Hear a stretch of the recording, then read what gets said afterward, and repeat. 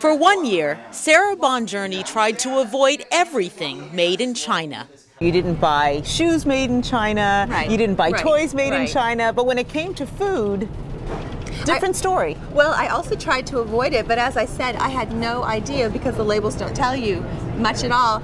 As much label reading as I did, there's no way I could know whether or not I was buying something with ingredients from China. Even with all the safety concerns about foods from China, most of the time there's no way of knowing if a product contains Chinese ingredients.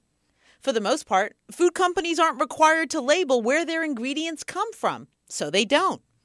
This was evident as we shopped with Bonjourney. This one told me it was a product of China right there.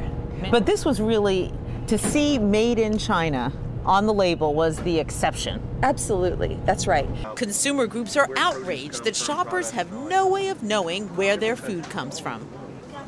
It's almost impossible to completely avoid foods made in China because they become ingredients in so many other products.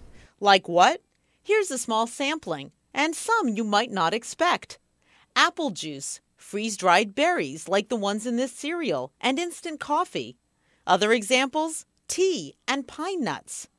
Another big concern, although it is labeled, seafood like tilapia and shrimp. Safety concerns prompted the FDA this month to ban the import of Chinese seafood until it's proven to be safe. But one part of the supermarket Sarah feels confident about is the produce section.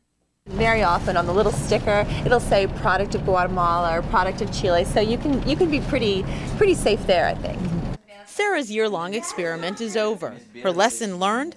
You can avoid many Chinese products, but when it comes to food, most of the time you have no idea where it comes from. It's interesting, you know the source of your tennis shoes, but you don't know the source of your packaged foods. Elizabeth Cohen, CNN, Baton Rouge, Louisiana.